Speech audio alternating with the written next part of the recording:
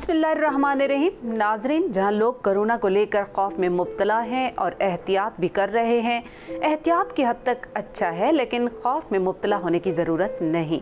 अल्लाह रब्बुल इज़्ज़त मुसीबतों से छुटकारा देने वाला है। यहाँ बात हो रही है इस वबाई मर्ज़ कोरोना वायरस की। खौफज़दा होने की ज़रूरत नहीं है। मज़ीद बात करने से पहले हम चंद लम्हों के लिए 100 साल पीछे चले जाते हैं। 1918 में यूरोप में कोरोना टाइप का एक वायरस फैला था। वो वायरस स्पेनिश इन्फ्लुएंजा कहलाता था। ये इटली के छोटे से टाउन कोरोना से निकला और स्पेन पहुंचकर इसकी शिद्दत में 1000 गुना इजाफा हो गया। स्पेन उस वक्त तिजारती लिहाज से दुनिया का मजबूत तरीन मुल्क था। इस मुल्क से शिप पूरी दुनिया में जाते थे।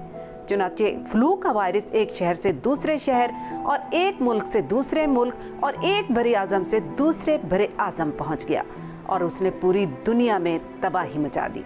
दुनिया उस वक्त इस कंडीशन का शिकार थी जिससे हम आज सब गुजर रहे हैं।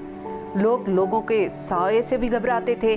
गलियों में लाशें पड़ी थीं और कोई उन्हें उठाने के लिए तैयार नहीं था। नाज़रीन, जब इस तरह के हालात हों तो फिर खुराक की भी किल्लत और एक तरह से माशी बहरान पैदा हो जाता है।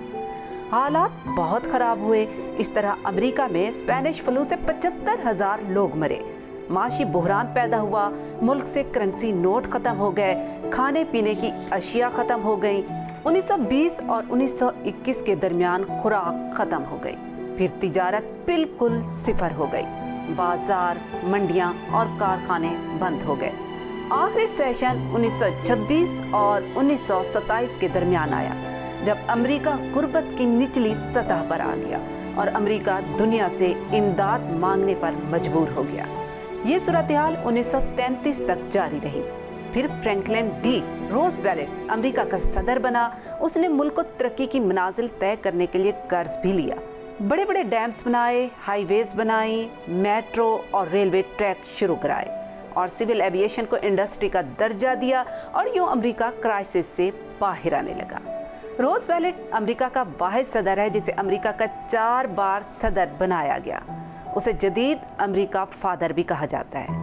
ये सब बताने का मकसद ये है कि वबाई बीमारियां माजी में भी आईं और नुकसानात हुए।